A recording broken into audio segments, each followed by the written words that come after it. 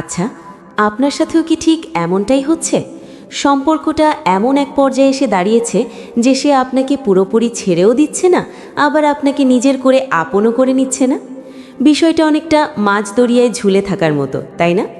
কখনো সে আপনার খুব কাছে আসে, এতটাই কাছে যে আপনার মনে হয় যাক বাবা, এবার বুঝি সব ঠিক হয়ে গেল। কিন্তু ঠিক তারপরেই কোনো কারণ ছাড়াই সে আবার অনেকটা দূরে সরে যায়। না আছে কোনো ব্যাখ্যা, না আছে কোনো যুক্তি। আপনি শুধু ফোনের স্ক্রিনের দিকে তাকিয়ে অপেক্ষা করেন আর ভাবেন হয়তো সে কনফিউজড, হয়তো তার একটু সময় দরকার। কিন্তু বিশ্বাস করুন, সত্যিটা আসলে অন্য কিছু। আর সেই সত্যিটা আজ আপনাকে জানতেই হবে, না হলে আপনি নিজেকেই হারিয়ে ফেলবেন। দেখুন, আমাদের জীবনের সবচেয়ে বড় ট্র্যাজেডি কি জানেন? আমরা অনেক সময় ভুল মানুষের কাছ থেকে সঠিক ভালোবাসা আশা করে বসে থাকি। আপনি হয়তো ভাবছেন মানুষটা খারাপ না, হয়তো পরিস্থিতি খারাপ। কিন্তু একটা কথা খুব মনোযোগ দিয়ে শুনুন, এটা কোনো সাময়িক বিভ্রান্তি বা কনফিউশন নয়, এটা একটা প্যাটার্ন, এটা একটা ফাঁদ। ইউটিউবে বা সোশ্যাল মিডিয়ায় আপনি হয়তো অনেক ভিডিও দেখেছেন যে কেন মানুষ হঠাৎ বদলে যায় বা সম্পর্কে দূরত্ব তৈরি হবার কারণ কি। এই বিষয়গুলো নিয়ে আমরা প্রচুর ঘাটাঘাটি করি, কিন্তু আসল উত্তরটা আমাদের চোখের সামনেই থাকে, যা আমরা আবেগের কারণে দেখতে পাই না। আজ আমরা সেই ধোঁয়াশাটাই পরিষ্কার করব। আচ্ছা, নিজেকে একবার প্রশ্ন করুন তো, আপনি কি এমন কোনো সম্পর্কের মধ্যে আছেন যেখানে আপনি না সামনে এগোতে পারছেন, না পেছনে ফিরতে পারছেন? প্রতিদিন সকালে ঘুম থেকে উঠে আপনার মনে হয় আজ হয়তো সে ঠিকঠাক কথা বলবে, আজ হয়তো সে বুঝবে আমি তাকে কতটা ভালোবাসি। কিন্তু দিন শেষে সেই একই অবহেলা, একই দীর্ঘশ্বাস। যখন কেউ আপনাকে এভাবে মাঝখানে ঝুলিয়ে রাখে, তখন সবচেয়ে বেশি ক্ষতিটা কার হয় জানেন? আপনার মনের, আপনার হৃদয়ের। কারণ আমাদের হৃদয় আশা নিয়ে বেঁচে থাকতে পারে, কিন্তু আমাদের মন প্রতিদিন নতুন নতুন প্রশ্নের উত্তর খুঁজতে গিয়ে ক্লান্ত হয়ে পড়ে। আপনি নিজেকেই প্রশ্ন করতে থাকেন, সে যদি আমাকে নাই চায় তবে পুরোপুরি চলে যাচ্ছে না কেন? আর যদি চাই তবে পরিষ্কার করে বলছে না কেন? এই প্রশ্নগুলো আপনাকে ভেতর থেকে কুড়ে কুড়ে খায়। শুরুতে কিন্তু বিষয়টা এমন ছিল না, তাই না? শুরুতে হয়তো সব খুব সুন্দর ছিল, সে খোঁজ নিত, যত্ন দেখাতো, আপনার মনে হতো এই তো সেই মানুষ যাকে আমি খুঁজছিলাম। কিন্তু হঠাৎ করে সব বদলে গেল। এখন রিপ্লাই দেরিতে আসে, কল কমে গেছে, দেখা করার প্ল্যানগুলো সব বাতিল হয়ে যায়। আর আপনি যখনই জিজ্ঞেস করেন কি হয়েছে, উত্তর আসে কিছু না, আমি একটু ব্যস্ত, অথবা তুমি বেশি ভাবছো। এই যে আপনাকে বলা হলো তুমি বেশি ভাবছো, এটাই হলো আসল খেলা। এখান থেকেই আপনার মনের মধ্যে আসল কনফিউশন তৈরি হয়। তার মিষ্টি কথাগুলো আপনাকে আটকে রাখে, কিন্তু তার কাজ বা আচরণ আপনাকে দূরে ঠেলে দেয়। মানুষ তো আর কথার উপর ভিত্তি করে বাঁচে না, বাঁচে আচরণের উপর ভিত্তি করে। কিন্তু আমরা এতটাই বোকা হয়ে যাই যে কাজের চেয়ে কথার উপর বেশি ভরসা করতে শুরু করি। একটা খুব কঠিন সত্য কথা বলি, আপনি এই কথাগুলো আপনার বন্ধুদের সাথেও শেয়ার করতে পারেন না, কারণ বাইরে থেকে দেখলে মনে হয় সব ঠিকই আছে, আপনাদের সম্পর্কটা স্বাভাবিক। কিন্তু ভেতরে ভেতরে আপনি যে প্রতিদিন একটু একটু করে ভেঙে পড়ছেন সেটা কেউ দেখে না। এই ধরনের সম্পর্কের সবচেয়ে বিপজ্জনক দিক হলো আপনি একসময় নিজেকেই দোষ দিতে শুরু করেন। আপনি ভাবেন হয়তো আমিই বেশি আশা করছি, হয়তো আমার চাহিদাই ভুল। এখান থেকেই আপনি নিজের আত্মসম্মান হারাতে শুরু করেন। আপনি নিজেকে বোঝান, আচ্ছা আমি যদি আরেকটু বেশি মানিয়ে নিই, আমি যদি আরেকটু কম বিরক্ত করি, আমি যদি তার সব কথা মেনে নিই, তাহলে হয়তো সে আবার আগের মতো হয়ে যাবে। কিন্তু বিশ্বাস করুন, কেউ আপনার ভালো ব্যবহার দেখে আপনার প্রেমে পড়ে না বা সম্পর্ক টিকিয়ে রাখে না। সম্পর্ক টিকে থাকে পারস্পরিক শ্রদ্ধা আর চাওয়ার ওপর। যে মানুষটা আপনাকে ঝুলিয়ে রেখেছে সে আসলে কোনো সিদ্ধান্ত নিতে পারছে না, সে তার নিজের ভয় আর আরামের মাঝখানে দুলছে, আর সেই দোলনায় পিষ্ট হচ্ছেন আপনি। এখন আপনি হয়তো ভাবছেন, তাহলে সে কি আমাকে ভালোবাসে না? দেখুন, ভালোবাসা আর প্রয়োজনের মধ্যে একটা সূক্ষ্ম পার্থক্য আছে। সে আপনাকে হারাতে চায় না, কারণ আপনাকে হারালে তার একটা কমফর্ট জোন বা আরামের জায়গা নষ্ট হবে। সে চায় কেউ তাকে বুঝুক, কেউ তার জন্য অপেক্ষা করুক, কেউ তাকে গুরুত্ব দিক।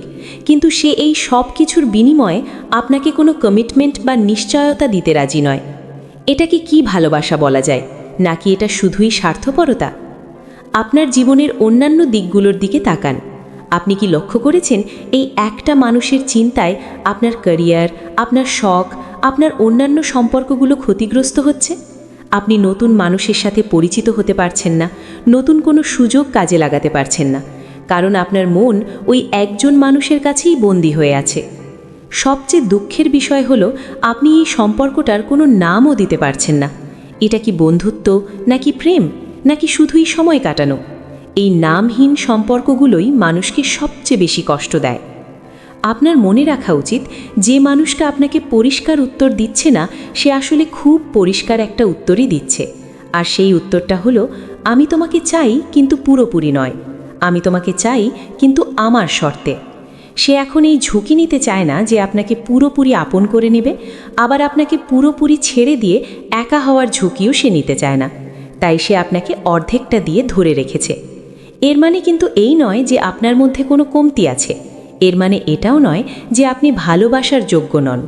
এর মানে শুধু একটাই, আপনি ভুল জায়গায় নিজেকে প্রমাণ করার চেষ্টা করছেন। আপনি ভাবছেন সে কনফিউজড, কিন্তু সে কনফিউজড নয়, সে খুব হিসেবি। আর যতদিন আপনি ভাববেন সে কনফিউজড, ততদিন আপনি তার হাতের পুতুল হয়ে থাকবেন। এখন আসি আশার কথায়। আশা জিনিসটা খুব ভালো, কিন্তু ভুল জায়গায় আশা করাটা বিষের মতো। আপনি যখন মেনে নেন যে আচ্ছা ও হয়তো এমনই, আমাকেই মানিয়ে নিতে হবে, তখন থেকেই আপনার পতনের শুরু। আপনি একটা নতুন লড়াই শুরু করেন নিজের সাথেই। আপনার মন বলে এখান থেকে বেরিয়ে এসো, কিন্তু আপনার আবেগ বলে আরেকটু দেখি না কি হয়। এই আরেকটু দেখার চক্করে আপনার জীবনের কতগুলো মূল্যবান মাস বা বছর নষ্ট হয়েছে তার কি কোনো হিসেব আছে? প্রতিবার যখন সে আপনাকে একটু মনোযোগ দেয়, আপনার মরা গাছে আবার ফুল ফোটে। আপনি ভাবেন এই তো সে ফিরছে, কিন্তু সেই পরিবর্তনটা হয় খুব সাময়িক। দুদিন ভালো থাকার পর তৃতীয় দিন আবার সেই অবহেলা। কারণ তার উদ্দেশ্য আপনাকে সুখী করা নয়, তার উদ্দেশ্য হলো আপনাকে হুক বা বড়শিতে গেঁথে রাখা। যে মানুষটা আপনাকে সত্যিই ভালোবাসবে, সে আপনাকে এমন নিরাপত্তাহীনতায় রাখবে না। সে আপনাকে এতটা নিশ্চিত করবে যাতে আপনি রাতে শান্তিতে ঘুমাতে পারেন। সে আপনাকে অর্ধেকটা দেবে না, সে তার সবটা দিয়েই আপনার পাশে থাকবে। এই মাঝামাঝি অবস্থায় থেকে আপনার মানসিক স্বাস্থ্য ধীরে ধীরে নষ্ট হয়ে যাচ্ছে। আপনি অতিরিক্ত চিন্তা বা ওভারথিঙ্কিং করছেন। প্রতিটি মেসেজ, প্রতিটি লাইক, প্রতিটি কমেন্টের আপনি অর্থ খুঁজতে যান। আপনি হয়তো ভাবছেন, আমি যদি তাকে আমার কষ্টের কথা বলি তাহলে কি সে বুঝবে না? সত্যিটা হলো, আপনি যতবার তাকে আপনার কষ্টের কথা বলবেন, সে ততবারই আপনাকে বোঝাবে যে সমস্যাটা আপনার। সে বলবে তুমি খুব বেশি রিয়্যাক্ট করো, তুমি আমাকে বুঝতে চাও না। উল্টো আপনাকেই দোষী সাব্যস্ত করা হবে, আর আপনি ভয়ে চুপ করে যাবেন। এই যে নিজের অনুভূতিগুলোকে চেপে রাখা, এটা একসময় আপনার ভেতরে বিস্ফোরিত হবে। আপনি কি খেয়াল করেছেন আপনি এখন আগের মতো মন খুলে হাসতে পারেন না? আপনার সেই প্রাণ চঞ্চল স্বভাবটা কোথায় যেন হারিয়ে গেছে। আপনি এখন বন্ধুদের আড্ডায় বসেও অন্যমনস্ক থাকেন। আপনার মাথায় সব সময় ওই একটাই চিন্তা ঘুরপাক খায়। আপনি আপনার আত্মসম্মান, আপনার ব্যক্তিত্ব সব কিছুকে একটু একটু করে বিসর্জন দিচ্ছেন। আর মজার ব্যাপার হলো, সামনের মানুষটা এটা দেখছে এবং সে জানে আপনি তাকে ছেড়ে কোথাও যাবেন না। এই নিশ্চয়তাটাই তাকে আরও বেশি বেপরোয়া করে তোলে। সে আপনাকে কোনো চূড়ান্ত উত্তর দেয় না, কারণ উত্তর দেওয়া মানেই দায়িত্ব নেওয়া, আর সেই দায়িত্ব নিতে চায় না। সে চায় সুবিধা, কিন্তু দায়বদ্ধতা নয়। এই পর্যায়ে একটা বিষয় খুব পরিষ্কার হয়ে যায়, আপনি তাকে যত বেশি বোঝার চেষ্টা করবেন, সে আপনাকে ততটাই হালকাভাবে নেবে। মানুষ সেই জিনিসের কদর করে না যা সে খুব সহজেই পায়, আর আপনি নিজেকে তার কাছে খুব সহজলভ্য করে ফেলেছেন। এখন আপনার মনে হতে পারে, তাহলে আমি কি করব? আমি কি সব ছেড়ে চলে যাব? না, হুট করে সব ছেড়ে চলে যাওয়াটা সমাধান নয়। সমাধান হলো নিজের শক্তি বা এনার্জি ফিরিয়ে আনা। আপনাকে বুঝতে হবে, আপনার মূল্য এই সম্পর্কের ওপর নির্ভর করে না। আপনার মূল্য নির্ভর করে আপনার বাউন্ডারি বা সীমানার ওপর। এখন আপনাকে একটা কঠিন কাজ করতে হবে। নিজেকে প্রশ্ন করুন, অন্য কোনো মানুষ যদি আমার সাথে এমন আচরণ করত, আমি কি তা মেনে নিতাম? যদি উত্তর না হয়, তবে এই মানুষটার ক্ষেত্রে কেন মেনে নিচ্ছেন? শুধুই ভালোবাসার দোহাই দিয়ে? ভালোবাসা মানে নিজেকে অপমান করা নয়।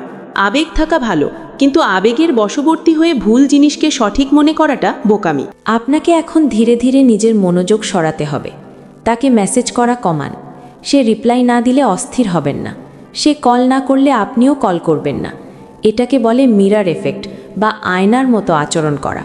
সে যতটুকু দেবে, আপনিও ঠিক ততটুকুই দেবেন, এর বেশি এক ফোঁটাও নয়। আপনি যখনই একটু পিছিয়ে আসবেন, তখনই তার আসল রূপটা বেরিয়ে আসবে। যে মানুষটা সত্যিই আপনার সাথে সম্পর্ক রাখতে চায় সে আপনার দূরত্ব দেখে ভয় পাবে। সে ভাববে, আমি কি তাকে হারিয়ে ফেলছি?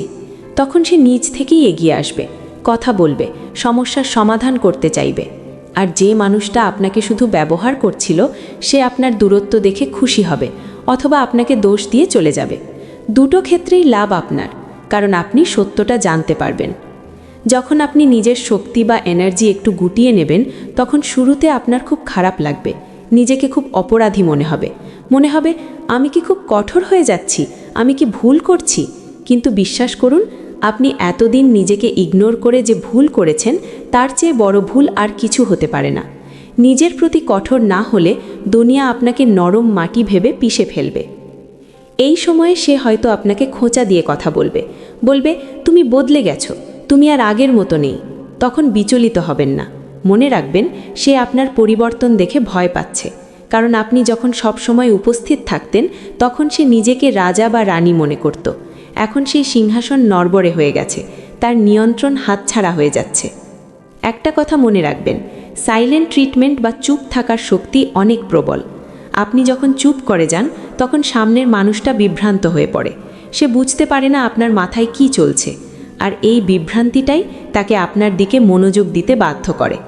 তবে আপনার এই চুপ থাকাটা যেন কোনো কৌশল না হয়, এটা যেন আপনার আত্মরক্ষা হয়।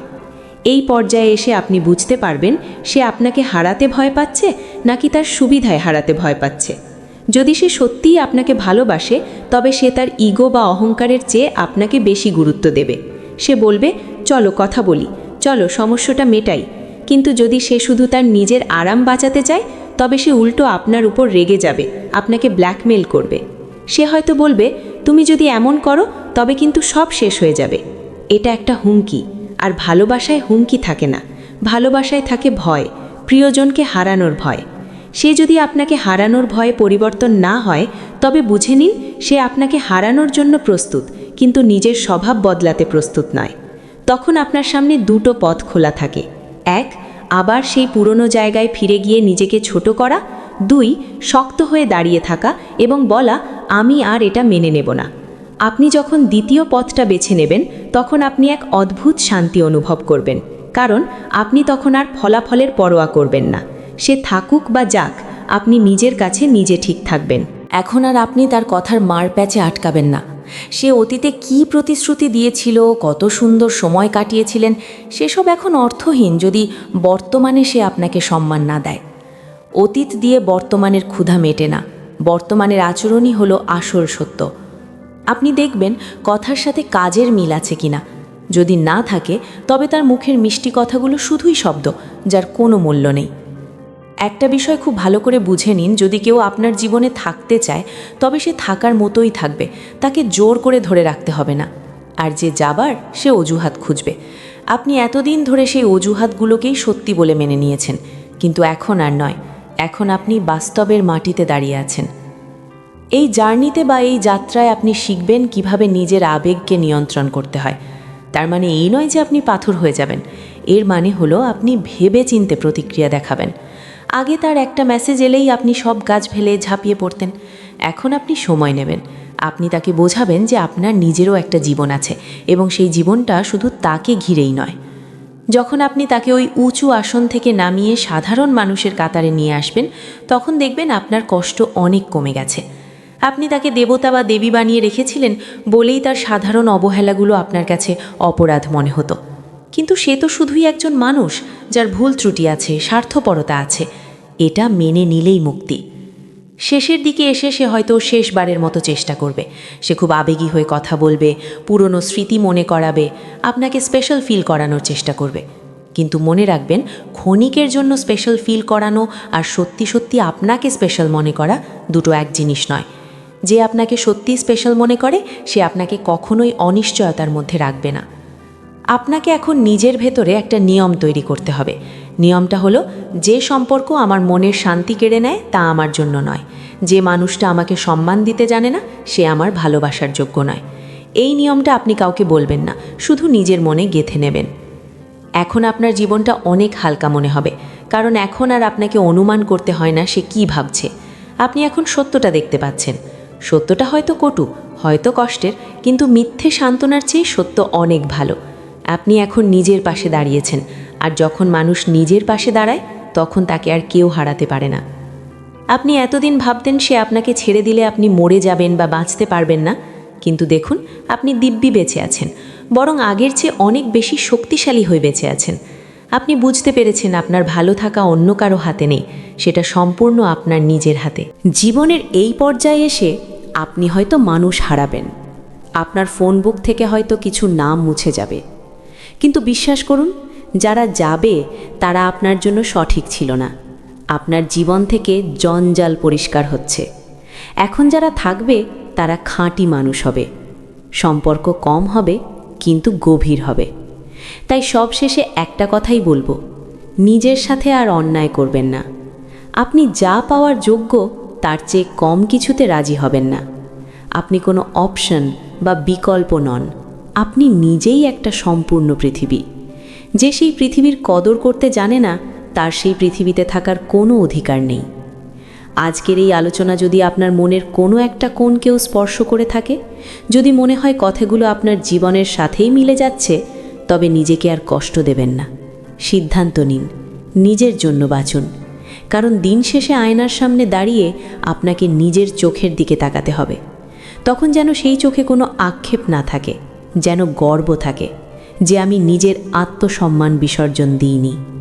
এখন আপনার কাছে আমার একটা ছোট্ট অনুরোধ, আপনি যদি মনে করেন এই ভিডিওটা আপনার বা আপনার পরিচিত কারো উপকারে আসতে পারে, তাহলে দয়া করে ভিডিওটিতে একটি লাইক দিন, আর আমাদের স্টোইক মাইন্ডসেট বাংলা পরিবারের সদস্য হতে সাবস্ক্রাইব বাটনটি ক্লিক করতে ভুলবেন না। আমরা এখানে কাউকে বদলানোর কথা বলি না, আমরা নিজেকে শক্ত করার কথা বলি। কমেন্ট বক্সে আজ একটা প্রতিজ্ঞা করে যান, আমি আর আধা ভালোবাসা গ্রহণ করব না।